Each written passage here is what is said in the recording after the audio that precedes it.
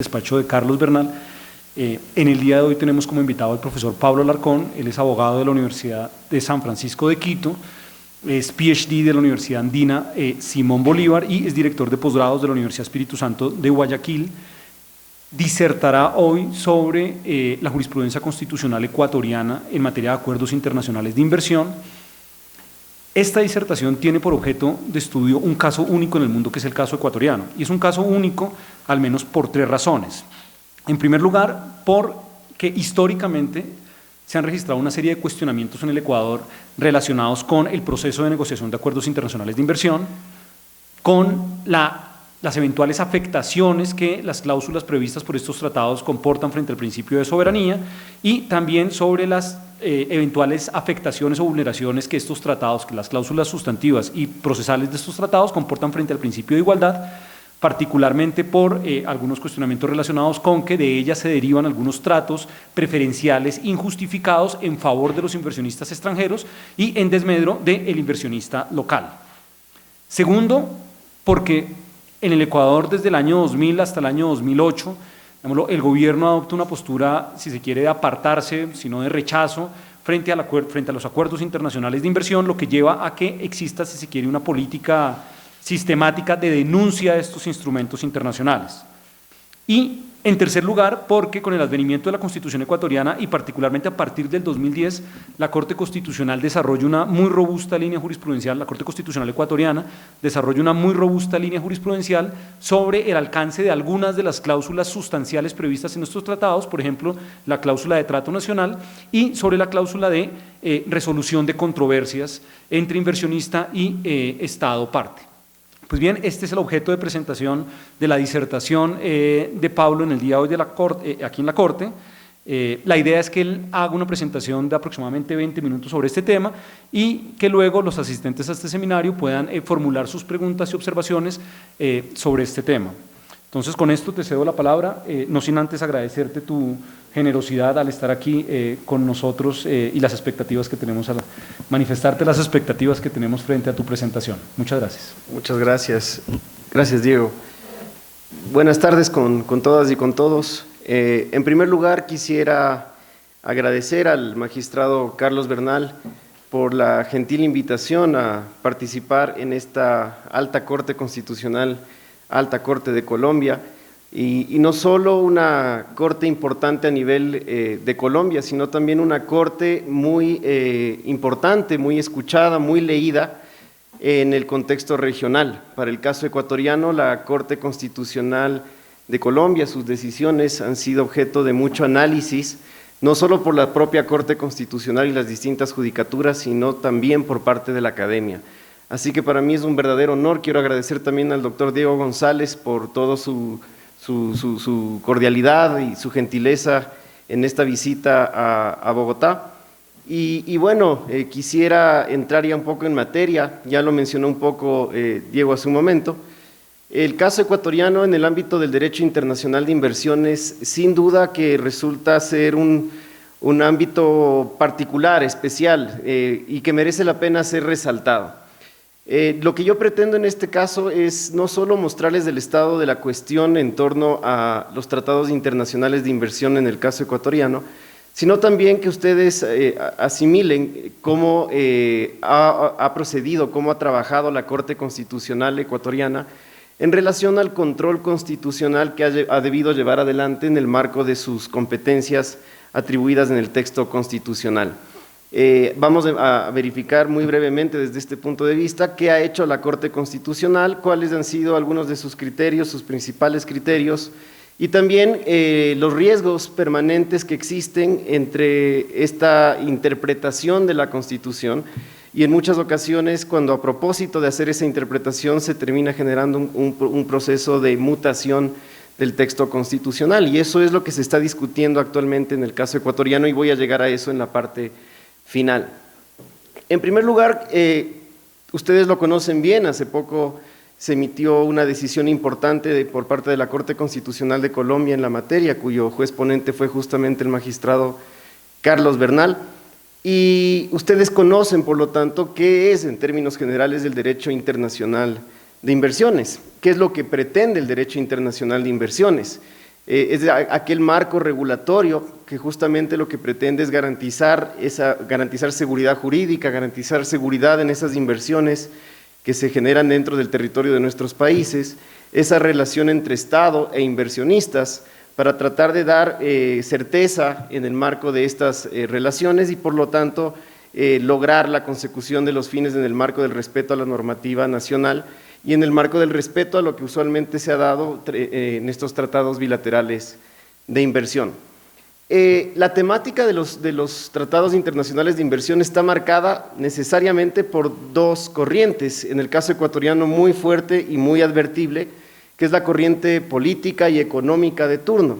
Esta hegemonía de esta visión económica o política respecto a la conveniencia o pertinencia o no de la suscripción de tratados internacionales de inversión es algo que se advierte mucho desde constituciones que han recibido una influencia muy categórica de corrientes político y económicas determinadas. Y por esa razón, yo lo que he traído para que ustedes puedan analizar es que tras esto existen argumentos de tipo político, económico, pero también jurídicos. Y la fuente principal, no sé si todos alcanzan a ver, quiero mencionar esta Auditoría Integral Ciudadana de los Tratados de Protección Recíproca de Inversiones y del Sistema de Arbitraje en Materia de Inversiones en el Ecuador.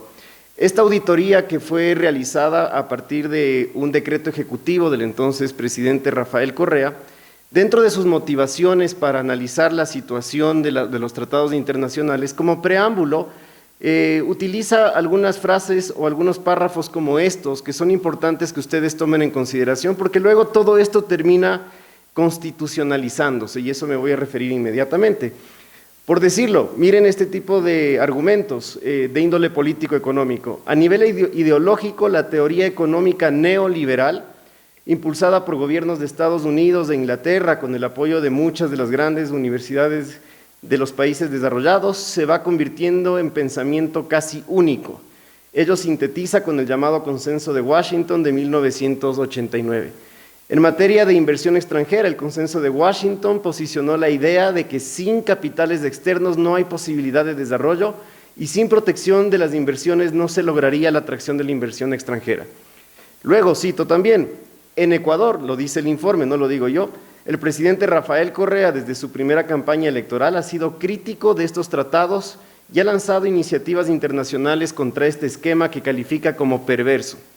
Este proceso buscó reafirmar la soberanía nacional en materia de regulación de la inversión extranjera. Este concepto es fundamental porque constantemente en el Ecuador y en la Constitución ecuatoriana se recurre al término soberanía para justificar justamente la no pertinencia, la no conveniencia de suscribir tratados internacionales de inversión.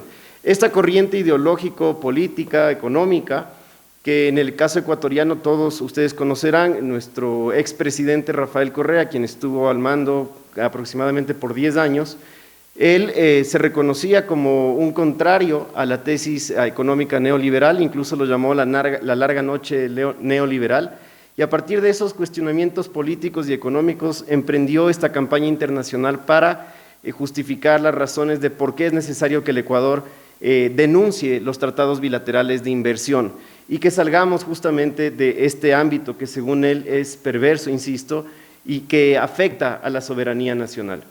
Luego también este informe, más allá de los argumentos políticos, económicos, algunos que los mostré previamente, también tiene algunos relacionados desde el punto de vista jurídico y que están concentrados en presuntas irregularidades en el proceso de negociación y ratificación de los tratados bilaterales de inversión. Entonces, este informe muestra con bastante rigurosidad que en los 30 tratados aprobados entre 1968 y 2002 por parte del Estado ecuatoriano, no hubo discusión, no hubo aprobación legislativa, nunca existió un verdadero debate sobre las verdaderas o reales implicaciones que podría traer consigo la firma de este tipo de tratados y particularmente las cláusulas tipo que son parte de los tratados bilaterales de inversión.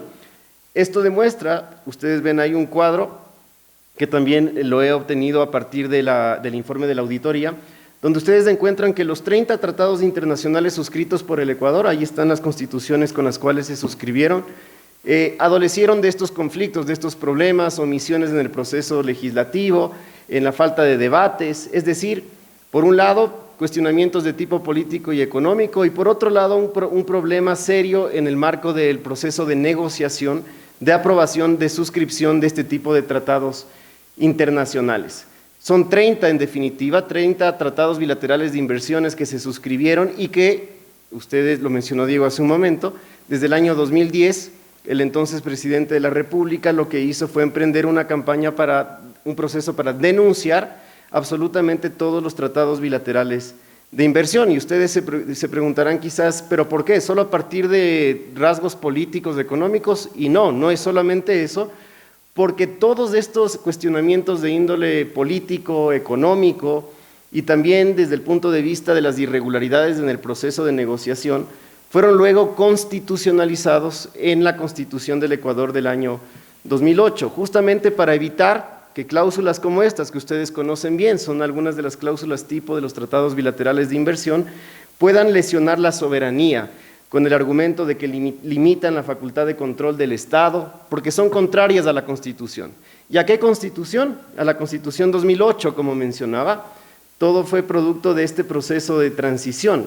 La primera fórmula o remedios, aquí hay 3, que son los que vamos a tratar brevemente ahora. Los 3 remedios para evitar esta suscripción y ratificación de tratados bilaterales de inversión. La primera está en la constitucionalización de las objeciones políticas y económicas que mencionábamos previamente. Luego, incorporar en el proceso de negociación a un nuevo participante que no existía hasta antes del 2008, que es la Corte Constitucional del Ecuador. Y luego, establecer líneas jurisprudenciales claras por parte de la Corte Constitucional en el marco de su control constitucional. ¿Para qué? Para que pueda garantizar o controlar que las disposiciones constitucionales que hacen relación a los tratados bilaterales de inversión puedan ser garantizadas en el día a día, es decir, que se evite a toda costa que se suscriban tratados bilaterales de inversión. En cuanto a lo primero, la constitucionalización, a ustedes ahí yo he traído algunas citas de algunos artículos de la Constitución ecuatoriana. La Constitución ecuatoriana es quizás de las constituciones con más reglas o la más reglamentaria dentro de la región al menos, y ustedes encuentran reglas como estas, reglas en las que expresamente en relación, por ejemplo, a cláusulas de trato nacional o cláusulas de solución de controversias, especifican cosas tan fuertes como estas, ¿no? Por ejemplo, cito algunas nada más: las compras públicas cumplirán con criterios de eficiencia, transparencia, calidad, responsabilidad ambiental y social. Y miren esta parte en el resaltado. Se priorizarán los productos y servicios nacionales, en particular los provenientes de la economía popular y solidaria y de las micro, pequeñas y medianas unidades productivas. Luego otros artículos como el que ustedes ven, que otorga prioridad a la inversión nacional en el artículo 339. La inversión extranjera directa se asume como complementaria a la inversión nacional, está sujeta a un estricto respeto del marco jurídico y de las regulaciones nacionales. A la aplicación de los derechos se orientará según las necesidades y prioridades definidas en el Plan Nacional de Desarrollo. Es decir, las objeciones que veíamos en el informe de auditoría que señalaba previamente, ahora tienen rango constitucional en el Ecuador. El artículo 418, las relaciones del Ecuador con la comunidad internacional, por ejemplo, responderán a intereses del pueblo ecuatoriano. Más adelante, en el numeral 12, fomentar un nuevo sistema de comercio e inversión entre los estados que se sustente en la justicia, la solidaridad, la complementariedad. Rechaza que controversias, y esto es muy importante, rechaza que controversias con empresas privadas extranjeras se conviertan en conflictos entre estados. Esto dice la Constitución ecuatoriana. Luego ustedes ven más artículos, más reglas sobre la materia, el numeral 6. Por ejemplo, la ratificación o denuncia de los tratados y otras normas internacionales requerirá de aprobación previa de la Asamblea Nacional, en casos en que se comprometan al país en acuerdos de integración y de comercio. Y les pido su atención con este artículo 422, que es quizás el que ha generado más controversia en el ámbito nacional cuando nos referimos a tratados bilaterales de inversión, donde claramente se establece: no se podrán celebrar tratados o instrumentos internacionales en los que el Estado ecuatoriano ceda jurisdicción soberana a instancias de arbitraje internacional, en controversias contractuales o de índole comercial entre el Estado y personas naturales o jurídicas privadas. Hay una excepción que ustedes ven ahí, los tratados e instrumentos internacionales que establezcan la solución de controversias entre estados y ciudadanos en Latinoamérica por instancias arbitrales regionales o por órganos jurisdiccionales de designación de los países signatarios. No podrán intervenir jueces de los estados que como tales o sus nacionales sean parte de la controversia. Este artículo fundamentalmente fue el artículo que llevó a que la Corte Constitucional del Ecuador determine la inconstitucionalidad de los tratados bilaterales de inversión que identificábamos previamente. ¿Por qué? Porque todos estos tratados bilaterales de inversión contenían cláusulas de arbitraje internacional en materia de inversiones que afectarían a la soberanía nacional y obviamente ya bajo la vigencia de la Constitución del 2008, lo que se asumió es que todos esos instrumentos internacionales debían guardar conformidad con la Constitución. ¿Quién emprende el proceso de denuncia? Como les mencioné, el entonces presidente Rafael Correa. La Corte Constitucional da luz verde en el marco de su control y dice sí, se puede denunciar este tipo de tratados internacionales porque son contrarios al artículo 422 de la Constitución. Luego, para garantizar esto, que se cumplan esas reglas tan sólidas, tan fuertes, que aparentemente solventarían cualquier tipo de inquietud sobre la pertinencia o no de la suscripción de tratados bilaterales de inversión en el Ecuador, la Constitución ecuatoriana añade a la Corte Constitucional, ustedes tienen una experiencia similar en este ámbito, no igual, pero en el caso ecuatoriano, desde el 2008 se le da a la Corte Constitucional la competencia de ser el máximo intérprete de la Constitución. De acuerdo a la Constitución ecuatoriana, la Corte desde el 2008 es el órgano de interpretación auténtica de la Constitución y en consecuencia tiene la atribución, la competencia de controlar la constitucionalidad y la convencionalidad con intensidad fuerte. Desde ese punto de vista, la Corte también, desde el 2008, tiene esta competencia de control previo de constitucionalidad de los tratados internacionales o de los instrumentos internacionales. Y es así como lo que se pretende justamente evitar que estos problemas que se suscitaron en el pasado con las anomalías en el proceso legislativo de aprobación se vuelvan a repetir. Que la Corte intervenga y garantice o ejercite un control constitucional fuerte, importante, para garantizar a su vez el cumplimiento de las reglas constitucionales antes señaladas. Y entramos un poco ya en lo que ha dicho la Corte Constitucional ecuatoriana.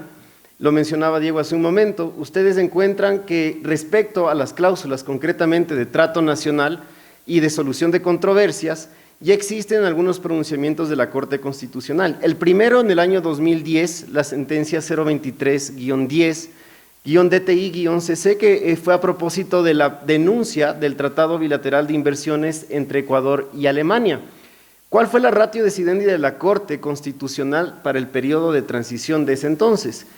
Miren lo que dijo, ya estaba vigente la Constitución 2008 y las cláusulas que les mostraba previamente, y la Corte aún así dice, la cláusula de trato nacional establecida en ese instrumento internacional en particular, consagra el principio de igualdad de tratamiento de las inversiones, propicia el intercambio justo y complementario de bienes y servicios en mercados transparentes y eficientes, promueve las inversiones nacionales y extranjeras, fomenta un nuevo sistema de comercio e inversión entre los estados, justo, transparente, equitativo.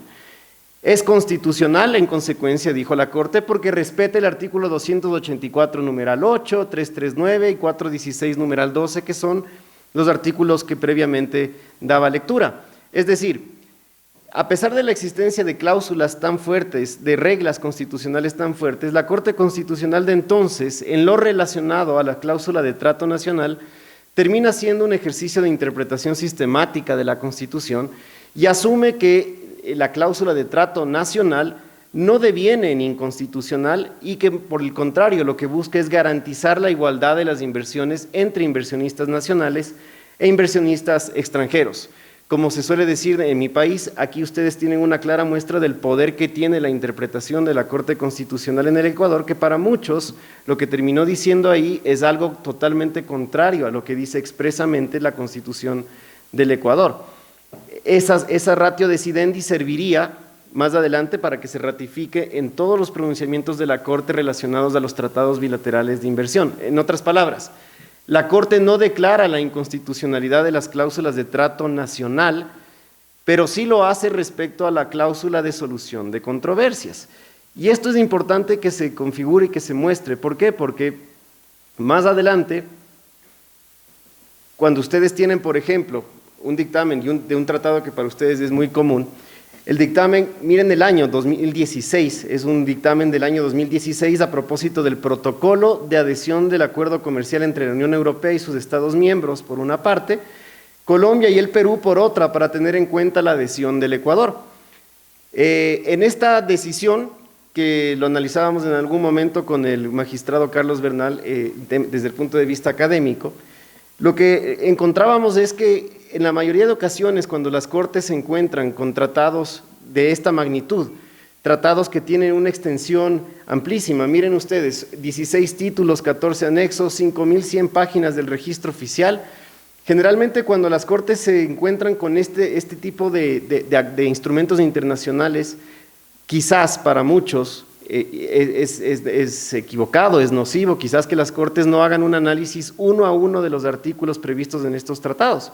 Y en el caso ecuatoriano no existe un control constitucional real en esa decisión, lo que existe es un resumen del contenido del tratado y por segmentos, por materias, lo que se hace es agrupar y decir en términos generales cumple o son conformes o no con la Constitución ecuatoriana. Este instrumento internacional, en el año 2016, el mismo gobierno de Rafael Correa, es llevado a la Corte Constitucional, pero para un proceso de aprobación, es decir, contrariando de alguna forma los criterios o la posición incluso política y económica que tenía el presidente Correa en el año 2010, que lo llevaron a denunciar todos los tratados bilaterales de inversión. En esta ocasión, quizás por razones de índole económico, el Ecuador no vivía su mejor momento desde el punto de vista económico, lo llevaron a intentar la suscripción de un tratado como estos, de un protocolo como estos. Llega a la Corte Constitucional y todos entendían, bajo la línea fuerte que había establecido la Corte de denuncias, que este protocolo no iba a superar el control constitucional de la Corte Constitucional. Pero a diferencia de eso, y ahí es cuando uno encuentra estas coincidencias político, quizás incluso político-jurisdiccionales, de qué es lo que hace la Corte en un momento político determinado, la Corte trata de ponerse, asumimos, cuando leemos este dictamen, desde el punto de vista, asume el punto de vista del entonces presidente de la República, hace un control constitucional muy general, y termina concluyendo que las cláusulas de trato nacional, que son muchísimas las que establece ese protocolo, son todas acorde a la Constitución. Diríamos entonces es respetuosa de la primera decisión que la Corte marcó en el caso 023-10 DTI. Pero luego también es cierto que respecto, por ejemplo, a cláusulas de solución de controversias, que también contiene este protocolo, la Corte no dice nada y asume de manera general que es conforme a la Constitución. Es decir, en un momento original, la cláusula de solución de controversias, que es parte de los tratados bilaterales de inversión, fue el elemento central para calificar su inconstitucionalidad. Pero luego, en un protocolo como estos, que estaba cargado de cláusulas de este tipo, la situación varía y la Corte Constitucional, en términos generales, sin citar lo que había dicho previamente, asume que es constitucional. Y eso sí nos llama la atención, porque la Corte cambió realmente la línea, de manera ilegítima, obviamente, sin citar lo que había dicho previamente. En casos de contratación pública, y esto es muy importante que lo vean, la Corte también en esta decisión termina diciendo que eso es conforme a la Constitución, es decir, que la cláusula de trato nacional, en términos generales, en todo el protocolo, es conforme al texto constitucional. Lo que les decía, no se citan criterios previos de la propia Corte Constitucional, pero se termina estableciendo esto que acabamos de mencionar hace un momento. Llegamos a un dictamen de la actual Corte Constitucional del Ecuador, que entró en funciones en enero de este año, luego de un proceso complicado que vivió el Ecuador y en un proceso, como muchos lo llaman, de reinstitucionalización. Y la Corte Constitucional se enfrenta al control constitucional del Acuerdo de Asociación Económico Inclusivo entre la República del Ecuador y la Asociación Europea de Libre Comercio.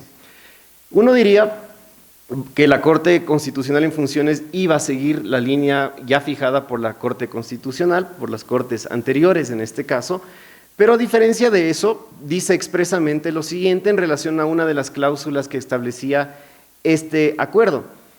La cláusula de trato nacional en materia de contratación pública, dice la Corte, es inconstitucional, atenta contra el artículo 288 de la Constitución de la República del Ecuador.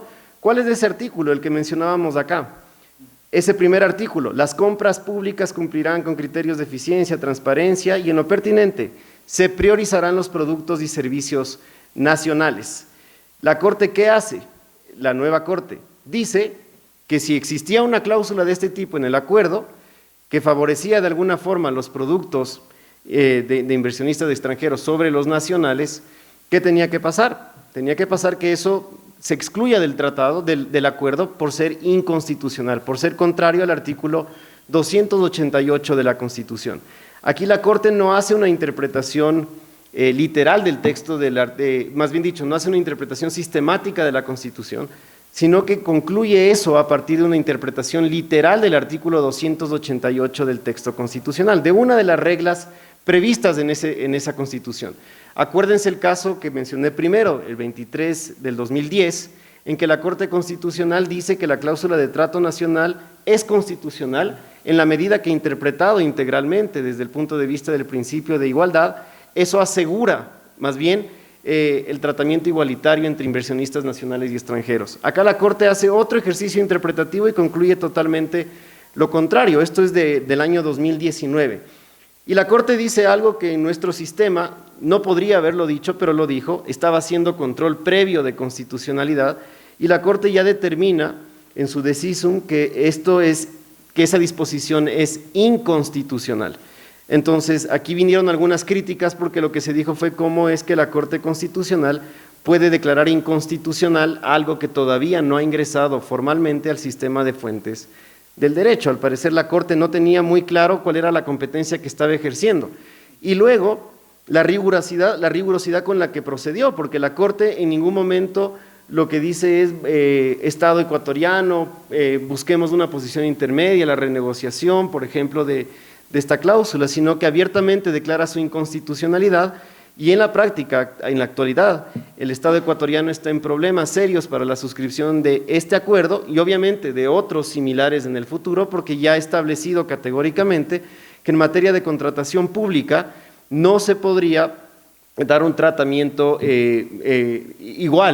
igualitario al inversionista internacional respecto al inversionista nacional. Esto también va en contra de lo que les mostré hace un momento, la decisión de la Corte respecto al acuerdo, al protocolo de adhesión a la Unión Europea, donde se dijo que en materia de contratación pública una cláusula como estas sí era constitucional. Entonces aquí encontramos algunas modificaciones en esta línea. Y ya para ir concluyendo un poco esto, entramos a este tema que es quizás el más polémico para el caso ecuatoriano. ¿Por qué? Porque como les decía, esta es la cláusula central por la cual se denunciaron absolutamente todos los tratados bilaterales de inversión. ¿Por qué? Porque contravenían expresamente el artículo 422 de la Constitución. La primera sentencia, que ya la mencionamos, del dictamen 2310 DTI, donde ya se dijo expresamente que eso atenta contra el artículo 422 de la Constitución. Más adelante, ustedes ven ahí algunos de los otros tratados internacionales que fueron consecuentes con ese dictamen fundador de línea.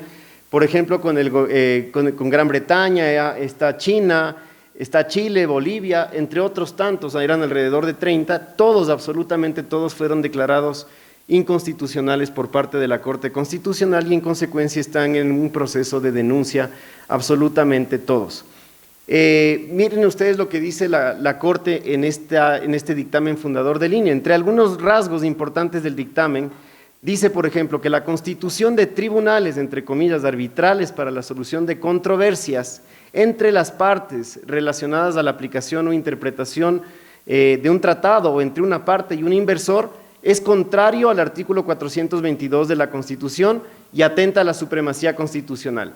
Luego dice, no se pueden crear tribunales ad hoc, porque eso también violenta el artículo 422 de la Constitución.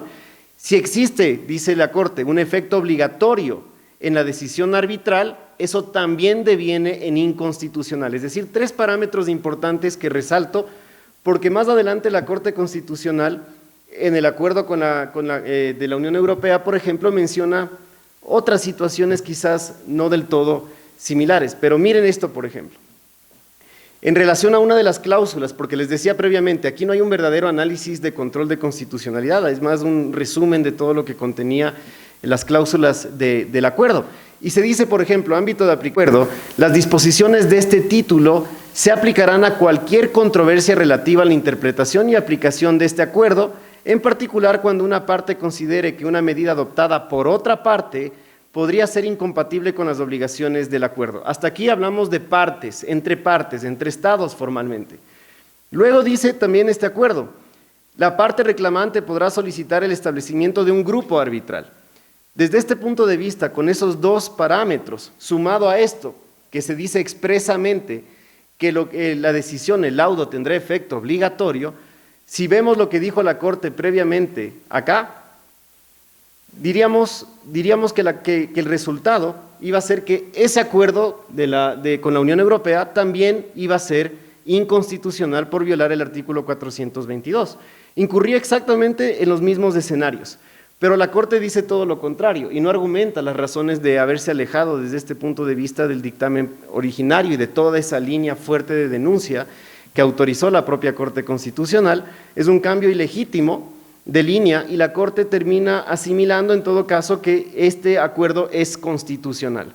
Y esto sí que nos muestra algunos cambios de postura fuerte por parte de la misma Corte Constitucional, pero también por alguna coincidencia, entre comillas, también demuestra, como dice la parte final, un cambio fuerte respecto a la postura política del entonces presidente Rafael Correa, porque en ese momento entonces parecía que sí era conveniente ya la suscripción de instrumentos internacionales como los que estamos analizando en este momento. Y la Corte ahí no se mantuvo en su línea jurisprudencial y más bien apoyó la postura del Ejecutivo. Luego ustedes ven la decisión que mencionábamos hace poco, del 2019, de la Corte Constitucional Ecuatoriana en funciones, y lo que dice en su ratio es esto: la limitación de ceder jurisdicción soberana a instancias de arbitraje internacional se aplica única y exclusivamente al arbitraje contractual comercial entre el Estado y personas naturales o jurídicas privadas, no así para acuerdos que contemplen esta cláusula para controversias suscitadas entre Estados. Previamente lo que se había dicho es que es inconstitucional si es entre partes o es entre un Estado e inversionistas. En este caso ya se altera esa situación y la Corte termina diciendo que habrá que verificar que esta cláusula concretamente no aplica para acuerdos que contemplen que se den entre los Estados. Luego se menciona en el párrafo 144 de este dictamen: el convenio arbitral previsto en el capítulo 11 del acuerdo objeto de análisis dispone que las controversias que surjan entre los Estados parte relativas a la interpretación o aplicación del referido acuerdo se someterán a un tribunal arbitral denominado grupo arbitral. Si seguíamos la línea previa, me refiero a la original de las denuncias, diríamos que esto también habría sido inconstitucional, pero la Corte no lo determina, la nueva Corte no determina su inconstitucionalidad por este aspecto. ¿Por qué? Y aquí están algunas de las razones. El ámbito de aplicación del convenio arbitral, el que se refería ahí, es respecto a conflictos que surjan entre los Estados parte en relación con la interpretación o aplicación del acuerdo en particular, cuando una parte considere que una medida es inconsistente con este acuerdo. Y luego dice, y fíjense en esto, porque es quizás uno de los temas más interesantes para el debate, dice la norma citada del artículo 422 de la Constitución, que leíamos inicialmente, que prohíbe celebrar tratados o instrumentos internacionales en los que el Estado ecuatoriano ceda jurisdicción soberana a instancias de arbitraje internacional en controversias contractuales o de índole comercial entre el Estado y personas naturales o jurídicas privadas. Y luego dice, es claro, dice la Corte, es claro que tal limitación no es aplicable al acuerdo objeto de análisis, considerando que la norma señalada se refiere única y exclusivamente al arbitraje contractual entre el Estado y personas naturales o jurídicas. Y como se ha dicho, el acuerdo se aplica para controversias entre Estados. Es decir, aquí la Corte ya matiza su argumentación y termina desviándose. Tampoco hace una cita de los precedentes fijados por la Corte en la materia y termina marcando una interpretación distinta del artículo 422 de la Constitución. Y en este caso sí empieza a regir este tradicional aforismo de que la Constitución es lo que el juez dice que es. La Corte termina interpretando, entre comillas, del artículo 422 y terminó estableciendo una norma que es la limitación de ceder jurisdicción soberana a instancias de arbitraje internacional se aplica única y exclusivamente al arbitraje contractual comercial entre el Estado y personas naturales o jurídicas privadas, no así para acuerdos que contemplen esta cláusula para controversias entre Estados. Según el texto del 422, cuando se cedía competencias en problemas o conflictos entre Estados, controversias entre Estados, eso también devenía en inconstitucional. Pues ahora, al parecer, también tiene que ver mucho con el cambio de gobierno, con el cambio de línea política del gobierno ecuatoriano de turno, han llevado a que la Corte trate de dar fuerza a este argumento. No hay un alejamiento técnico de precedentes. Si ustedes se dan cuenta, muchos de los conflictos en el caso ecuatoriano que se aducían existieron, como por ejemplo omisiones en el proceso de aprobación, suscripción, ratificación de este tipo de tratados, aun cuando se haya incorporado a la Corte Constitucional en el proceso, lo que nos muestra es que no necesariamente las Cortes son las llamadas a solucionar este tipo de conflictos y en muchas ocasiones, producto de su control constitucional muy rígido, también pueden terminar por generar problemas de índole político o económico para el momento de negociación que esté llevando adelante el Estado como tal. ¿Cuáles son algunas de las líneas que se plantean aquí? Si ustedes ven, íbamos bastante bien, en todo caso, entre comillas, bastante bien, respecto a la cláusula de trato nacional, y luego desde el 2016 hacia abajo, en el 2019 terminamos generando un cambio de circunstancias, porque ya la Corte Constitucional en funciones dijo expresamente que la cláusula de trato nacional es contraria, en materia de contratación pública, es contraria a la Constitución. Luego, en la solución de controversias, cuando todo parecía claro en relación a la denuncia por inconstitucional de estos tratados bilaterales de inversión, en el caso de la Unión Europea, 00916 DTI, el acuerdo, la Corte termina diciendo no, sí es constitucional, y luego la Corte, en el último caso del 2019, termina añadiendo algunos parámetros para tratar de configurar y lograr de alguna forma, porque eso es lo que se advierte, que el Ecuador pueda volver a suscribir tratados bilaterales de inversión. ¿Por qué? Porque el Ecuador, el Estado necesita de estos al momento, en la práctica ecuatoriana, necesita de estos tratados por la gran crisis económica que está enfrentando el Estado. Por lo tanto, esto nos muestra algunos llamados de atención, no para mostrar que todo va mal en el caso ecuatoriano, quizás son cambios de línea jurisprudencial que obedecen a los cambios traumáticos políticos que ha tenido la justicia también en el Ecuador.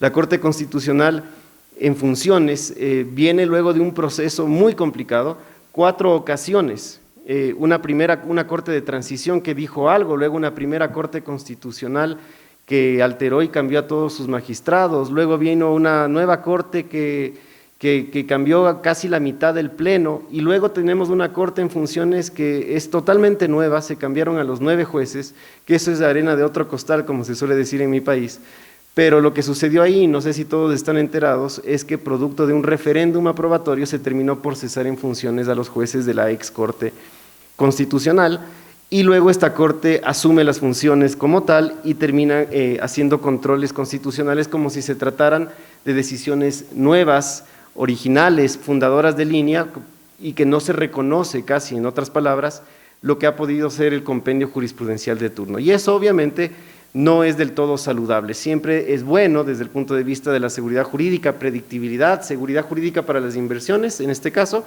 que las Cortes asuman un rol mucho más responsable en el campo de este control constitucional. Eso en términos bastante generales, Diego, y estoy a las órdenes para cualquier inquietud que pueda existir. Muchas gracias, Pablo, por tu interesantísima presentación, y los invito a todos a que formulen sus preguntas, comentarios que tengan sobre esta. Entonces, si quieres, comenzamos contigo. Buenas tardes. Bueno, hay varias áreas que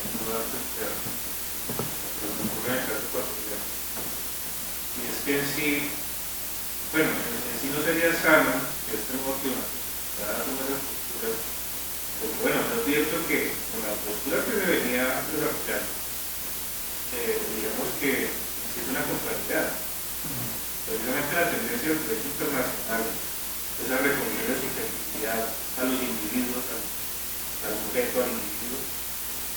Y bueno, se nota que hay las cláusulas de la Constitución ecuatoriana están redactadas en evidente sesgo contradictorio. Es evidente que hay una posición fuerte contra el CIADI, pero en sí pues el CIADI con sus buenas y malas características, no es una institución perfecta, pero digamos, no es mejor, al menos en lo político, en lo jurídico, incentivar precisamente ese mecanismo, que precisamente incentivar el arbitraje entre estados, porque precisamente es mejor que el Estado ecuatoriano se entienda con ese ciudadano, ese extranjero, a que pues el conflicto escale a un nivel estatal. Además que eso sería problemático porque, por ejemplo, habrían inversionistas que dirían, no, mi Estado es fuerte, mi Estado tiene capacidad, en caso de un conflicto con el Estado ecuatoriano, necesita respaldo. Entonces, casi que podría plantearse un debate frente a esto de no discriminación, porque entonces habrían inversionistas que dicen, no, el Estado no tiene como con qué responder, no tiene con qué imponerse, entonces yo como allá no pongo mi capital, en cambio de otro, pues, ese país fuerte, pues aquí lo ven, pero acá no puedo meter porque en cualquier caso ya no respalda. Pensaría eso, no sé qué posición tendría usted ahí. Muy bien, muchas gracias. Perfecto. ¿Alguien más tiene alguna otra pregunta? Súper bien. Nada. Tú mencionaste que en el año 2000 se realizaron las objeciones en los políticos. Sin embargo, me imagino que en los años anteriores sí se hicieron acuerdos, se hicieron explicaciones amparadas por estos acuerdos. La pregunta es si se demandó al Estado ecuatoriano en alguna instancia internacional y qué ha pasado, porque en términos de seguridad, pues digamos que todo lo que pasó borrado por esa nueva constitución. ¿Qué pasó ahí? Muy bien. Luis Carlos. Yo quisiera hacer una pregunta respecto del término que está por preguntarse. Digamos, ¿qué tan radical es esta interpretación que hace la Corte Constitucional, incluso contra esta literalidad del texto de los artículos que mencionaba?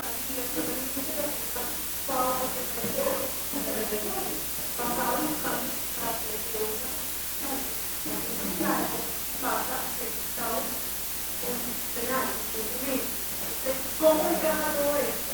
Porque pareciera que definitivamente está en un estado que no genera actividad física y que eventualmente pudiera estar llevado a lo que todos conocemos como el foro escapado, que de alguna manera marcó líneas muy fuertes dentro de Latinoamérica, con un estado en grupos como una oleada, ¿no? Todos fueron un proceso constituyente donde los principios fundamentales básicamente estuvieron consagrados precios de Estado social, de derecho que eventualmente pudiera ir a cambio y se daría todo esto basado en este foro estatal. ¿Cómo encaja que extrañamente la Constitución ecuatoriana pasa de Estado social a lo contrario? Entonces, eso sería como un punto. Si quieres, ahorita recogemos más preguntas, le damos oportunidad al profesor que conteste estas 4 preguntas. Bueno, gracias por las inquietudes y por las que todavía tienen, que es muy importante. Trataré de sintetizar las respuestas acorde a las distintas temáticas que ustedes mencionaron. Lo cierto es que esto que estamos mostrando, lo que les he mostrado, ciertamente en la práctica lo que está generando es un ambiente de inseguridad jurídica en materia de inversión extranjera. El Estado ecuatoriano en particular, producto de este cambio de reglas del juego, cambio de circunstancias, que incluso así lo dijo la Corte Constitucional en su momento en la sentencia 023 del 2010, dijo ha existido un cambio de circunstancias tal en el Ecuador, presuntamente por la lógica de un cambio de un Estado social a un Estado constitucional de derechos y con el establecimiento de cláusulas que, según el discurso político del constituyente de Montecristi del año 2008, lo que se decía es que la inclusión de cláusulas y reglas como estas, lo que perseguían justamente era rescatar el carácter social del Estado, y lo que buscaba era mayor equidad, mayor igualdad, evitar justamente todo lo que se discutió en el Foro de Sao Paulo, estaba muy marcado en la línea de discusión de esa constituyente en el año 2008. Y para justificar todos estos cambios se recurrió mucho a una ideología política, que es la que mencionaba al inicio, porque esto está atado de una u otra forma a la corriente política y económica con la cual uno tenga mayor afición, por decirlo de alguna forma. Y en el caso ecuatoriano, al igual que otros países de la región en su momento, comulgaron con lo que se ha dicho y lo han reconocido expresamente como socialismo del siglo XXI. Y esta auditoría que yo mencionaba justamente recoge todos estos parámetros de índole político, las razones de fondo del presidente Correa, el gestor protagonista de este cambio de reglas del juego en el derecho internacional de inversiones, del buscar tribunales de arbitraje regionales, que ya no nos sometamos más porque eso viola la soberanía de los estados pequeños frente a los grandes estados y demás. Todo el discurso que ustedes conocen bien. En la práctica, desde el punto de vista jurídico, obviamente, no tenemos ningún incentivo bajo esta lógica a la inversión. Desde el punto de vista del caso del 2010, la Corte Constitucional se encargó de enviar un mensaje y el Estado ecuatoriano, por lo tanto, de que el Ecuador no iba a suscribir jamás, nunca más, un tratado bilateral de inversiones y que todos estos tratados bilaterales de inversión tenían que ser denunciados por parte del Estado porque son inconstitucionales. Y las argumentaciones que utiliza la Corte son más políticas que jurídicas en ese fallo. Es interesante leerlo desde ese ámbito, porque la Corte concentra el 80% de sus argumentos en la lógica de la soberanía. Cómo esto viola la soberanía de nuestros estados y cómo es necesario que el Estado asuma mayor control, que le han quitado control con la suscripción de este tipo de tratados bilaterales de inversión. En la práctica, nosotros en el Ecuador, una de las preguntas también era ¿cuántas demandas internacionales tiene el Ecuador? Pues cada día se suman más demandas internacionales relacionadas a las denuncias a tratados bilaterales de inversión, porque por muy legítimo que pueda decir una corte interna o argumentar y decir voy a salvaguardar la constitucionalidad de mis normas frente al derecho internacional de inversiones por conceptos de soberanía, lo cierto es que habían muchas relaciones jurídicas que ya se estaban llevando adelante entre inversionistas extranjeros en el marco de estos tratados bilaterales, que ustedes saben que a partir de la cláusula de ultraactividad no es que el Ecuador los denunció y automáticamente sale de esto, sino que tienen un tiempo determinado muchos de estos tratados de vigencia hasta que el Ecuador formalmente pueda salir de ese ámbito. Y el Ecuador ya ha sido llevado constantemente y la defensa del Estado sigue invirtiendo el Estado mucho dinero en la defensa ante tribunales arbitrales internacionales, justamente porque lo que ha quedado en evidencia es que el Ecuador no está dispuesto a respetar, desde el punto de vista de lo que hemos analizado, no está dispuesto a respetar aquellos compromisos adquiridos previamente. Son 30 tratados bilaterales de inversión, 30 tratados denunciados, y todos ellos han tenido implicaciones en tribunales arbitrales internacionales. Es decir, el efecto que quería el Estado de disuadir, de disminuir el número de demandas internacionales ha sido totalmente el contrario. Ya se ha generado una posición de aislamiento internacional en materia de inversiones. Quizás por eso, decíamos, y a propósito de las mutaciones, que yo mencionaba mutación en el término negativo, porque también podríamos asumir que hay mutaciones constitucionales positivas. Pero en el caso ecuatoriano, la Corte, al menos la nueva, si ustedes se dan cuenta, trata de alguna forma de asumir una posición distinta, pero producto o a través de la jurisprudencia, que eso es lo que habría que cuestionarnos si tiene o no competencia una Corte Constitucional para, a partir de la interpretación y control de la Constitución, terminar generando normas distintas a las expresamente establecidas en una regla constitucional. Pero de alguna forma la Corte lo que muestra ahí es una sensibilidad frente a los problemas que ustedes acaban de mencionar hace un momento. De alguna forma buscar que el Ecuador reinterprete estas actuaciones o trate de repensar las actuaciones que ha tenido originalmente para buscar que se pueda someter nuevamente a tratados bilaterales de inversión. El Ecuador está pasando en este momento una de las peores crisis económicas producto de esta afectación a la soberanía que tanto se trató de defender en un momento determinado. La lógica del Estado social está en riesgo porque el Estado ya no tiene dinero. Está en tal problema que los propios derechos, y todos, no solo derechos sociales, tienen serios problemas para su justiciabilidad a partir de este tipo de políticas implementadas internamente. Y quiero mencionar a partir de esto algo que es interesante, ¿no? Se acaba de presentar, más bien dicho, la semana pasada, la Corte Constitucional en funciones admitió a trámite una acción de interpretación que se presentó en el año 2018 por parte de la presidenta de la entonces Asamblea Nacional o del Parlamento, respecto al artículo 422 de la Constitución. Y lo que le están pidiendo a la Corte Constitucional, si ustedes me permiten, y muy brevemente, es lo siguiente. Dice, la acción cuestiona si el inciso primero del artículo 422 de la Constitución efectivamente prohíbe la suscripción de tratados internacionales que entreguen jurisdicción soberana cuando estos no traten sobre temas contractuales y comerciales. Es el caso de controversias derivadas de inversiones protegidas por tratados internacionales. De emitirse una interpretación en este sentido, el Ecuador podría activar su programa de negociación de tratados bilaterales de inversión. El Ecuador en estos días procura suscribir un tratado bilateral de inversión con el Reino de los Países Bajos. Entonces, lo que se ha hecho con esta acción de interpretación es pedirle a la Corte Constitucional que en el marco de su competencia, entre comillas, pueda dictar una norma distinta a la que expresamente establece el artículo 422 de la Constitución. Es decir, que para todo lo que está relacionado con tratados internacionales como tal y que puedan involucrar inversiones, no estaría en curso desde ese punto de vista en el primer inciso del artículo 422 de la Constitución. Los tratados bilaterales de inversión serían constitucionales en la medida en que la Corte, producto de la acción de interpretación, termine señalando aquello. Y ahí ha venido ya una discusión fuerte en el Ecuador. Y no me quiero desviar mucho, pero ustedes vieron hace poco una decisión sobre el matrimonio igualitario en el Ecuador, de la Corte Constitucional Ecuatoriana. En ese caso, la Corte hizo una interpretación integral sistemática de la Constitución, del artículo 67, donde se decía que el matrimonio es entre hombre y mujer, y lo hizo desde el punto de vista del principio de igualdad y otras tantas cláusulas y derechos y garantías previstas en la Constitución, para concluir que si hacemos una interpretación conforme con el corpus juris interamericano, se podría terminar permitiendo el matrimonio entre personas del mismo sexo, y así sucedió en la práctica.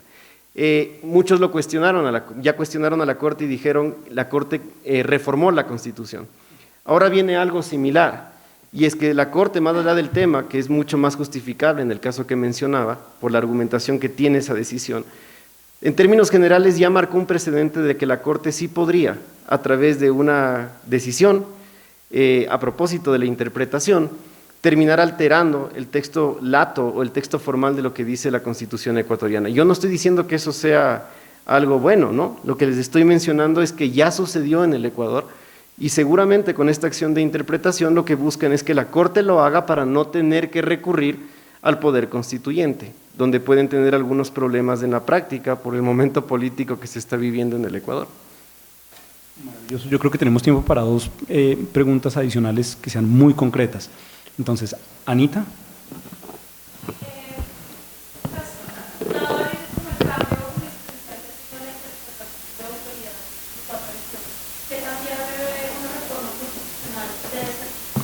Muy bien.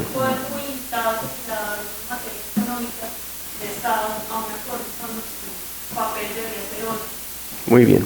La respuesta estaría encaminada a lo que dije hace un momento, a la situación política del país. Este momento estamos enfrentando una crisis política severa. En el Ecuador, según la Constitución ecuatoriana, hay tres formas de modificar la Constitución. Una enmienda a la Constitución es uno de los caminos, la segunda es una reforma parcial a la Constitución y la tercera es un cambio constitucional que involucraría ya convocar a una asamblea constituyente para que se puedan hacer cambios mayores al texto constitucional. ¿Cuál es el problema de ir a una vía de estas? Según la Constitución ecuatoriana, ¿quiénes tienen iniciativa de reforma de la Constitución? El presidente de la República, la Asamblea Nacional, nuestro poder, nuestra función de transparencia y control social, por ejemplo, tendrían esa facultad para instar una reforma a la Constitución. También la ciudadanía, por supuesto, a través de la iniciativa popular. Pero todos estos mecanismos se enfrentan a un problema serio, que si lo tramita la Asamblea Nacional, en términos de tiempo, esto va a tomar algunos meses, por no decir años quizás, hasta que se pueda llegar a consensos políticos mínimos en torno a cláusulas como esta, que ustedes se dan cuenta que tiene tiene de fondo un choque entre dos corrientes políticas que están muy fuertemente marcadas en el caso ecuatoriano. Quienes son partidarios del expresidente de la República que están en la Asamblea Nacional y que seguramente lo que van a querer es defender el sentido de la interpretación literal del 422 de la Constitución, por todo lo que mencionábamos hace un momento, y por otro lado, una lógica de las minorías todavía, porque no se puede hablar de una mayoría porque están todas dispersas, que más bien lo que buscarían es llegar a otro sentido y promover una reforma a la Constitución formalmente. Lo uno no quita lo otro, es decir, se puede intentar una enmienda desde el punto de vista de la Asamblea Nacional, por ejemplo, o desde el presidente de la República, pero eso va a requerir aprobación del pueblo en las urnas.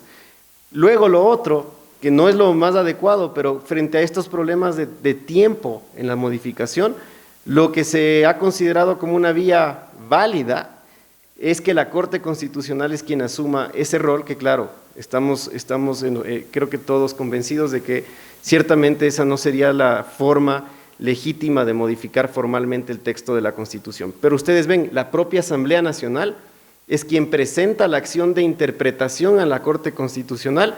La presidenta de la Corte de entonces, originalmente del partido del expresidente Correa, pero luego ya salió de ese partido, pasó a otro grupo y es ella quien presenta la acción de interpretación. Entonces están buscando que sea la Corte la que solvente este problema para no llevar a la discusión del Pleno de la Asamblea Nacional. Maravilloso. Dos preguntas adicionales, atrás y luego Sebastián. Buenas tardes. Claro.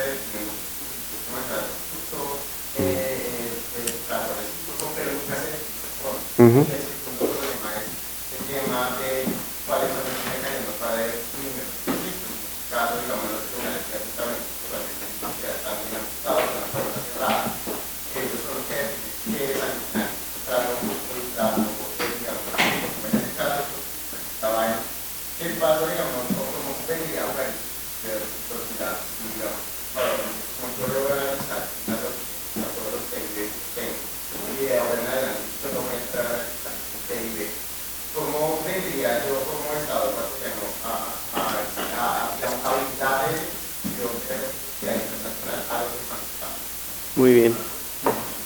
Sebastián. Tengo una pregunta en relación con la interpretación del artículo 422.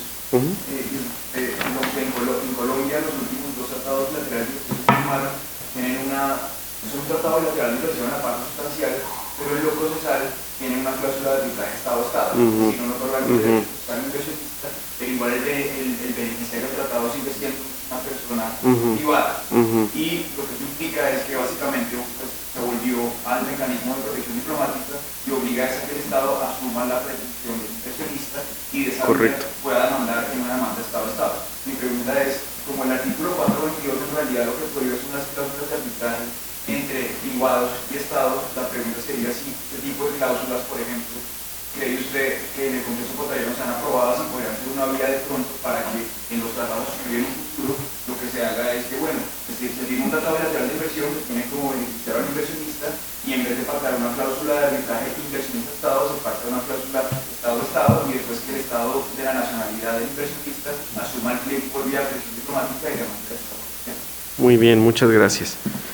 Bueno, respecto a la reciprocidad, en efecto, difícilmente el Estado ecuatoriano va a poder arguir una cláusula de reciprocidad cuando ha mantenido una política como esta, tan fuertemente manejada. ¿Cómo podemos llegar a una opción quizás no tan extrema como la que se plantea en el artículo 422 de la Constitución, que también está atado a la otra inquietud? Y es que, por ejemplo, ya existen algunos ejercicios a nivel interno en el caso ecuatoriano para tratar de recetar en las decisiones de las Cortes Constitucionales de la Corte en particular, algunos parámetros o estándares mínimos que plantean los tribunales de arbitraje internacional para poder llevar desde el punto de vista nacional la opción de un diálogo del establecimiento de un mínimo argumentativo respecto a cómo entender las inversiones, siempre asumiendo que ha dicho sobre eso un tribunal de arbitraje internacional. Esto busca de alguna forma marcar un diálogo para que evite asumirse siempre que el Estado, nacionalmente hablando, cuestiona per se, de antemano, todo lo que se pueda generar por parte de un tribunal de arbitraje internacional. Nosotros, a partir de la vaguedad terminológica de las cláusulas y demás, es cierto que existe un grado importante de falta de predictibilidad o certeza de las consecuencias que podría traer consigo un tratado bilateral de inversión, un TBI, pero también es cierto que la Corte Constitucional podría tener ahí un ejercicio interesante en el marco de sus competencias para poder ir definiendo de mejor forma estos términos, estos conceptos y de esa forma procurar alcanzar mayor seguridad jurídica y certeza.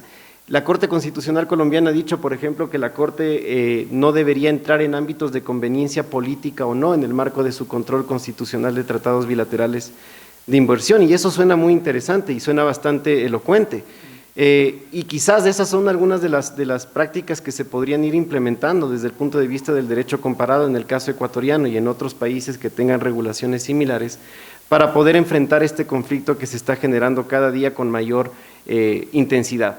El otro punto, de hecho sí, lo que se está buscando es una vía indirecta, por decirlo así, para que de alguna forma el artículo 422, tal como está redactado, si se aplica tajantemente, no afecte a aquellos tratados bilaterales que se puedan suscribir entre estados y que contemplen cláusulas de arbitraje como las que estamos mencionando.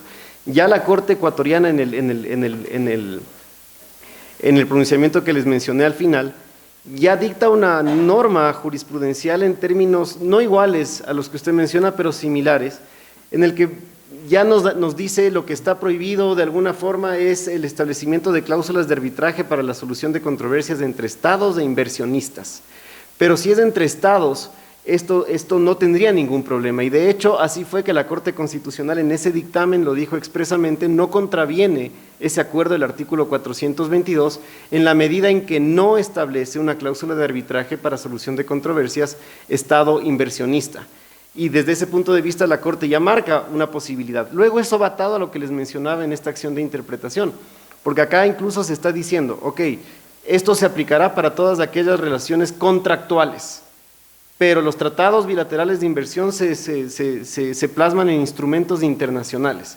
Y los instrumentos internacionales desde esa lógica, desde una interpretación del 422, no deberían estar sometidos porque ahí se menciona a los arbitrajes en materia comercial o contractual comercial. Entonces, claro, esa es una de las posibilidades que tiene la Corte. Ya ha empezado esa línea. Yo creo que a partir de lo que ya dijo en esa decisión, lo más probable, si ya admitió a trámite esta acción de interpretación la semana pasada, es que recopile lo que ya dijo en esta decisión y luego pueda añadir algunos elementos quizás como estos para que le puedan permitir al Ecuador al corto plazo, porque lo necesita urgentemente, que pueda suscribir el tratado bilateral de inversión que tiene en sus manos. Eso va a traer un efecto cascada, obviamente, ¿no? Porque luego lo que va a tener que hacer el Ecuador es revisar justamente todos los procesos de denuncia que en su momento el presidente Correa llevó adelante con la venia de la Corte Constitucional de entonces. ¿Sí? Bueno, pues esta presentación se enmarca sin duda alguna dentro de un contexto de una amplísima discusión global sobre el derecho internacional de inversiones y particularmente sobre lo que las Cortes Constitucionales pueden y en tal caso tienen que decir frente a las cláusulas sustantivas y a la cláusula de resolución de controversias de los acuerdos internacionales de inversiones. Agradezco inmensamente su presentación, al igual que la participación de nuestro público que estuvo particularmente activo en el día de hoy, y les pido a todos que me acompañen dándole un aplauso al profesor invitado en esta sesión. Muchas gracias. Muy amable, Diego. Muchas gracias a ti. Muchas gracias.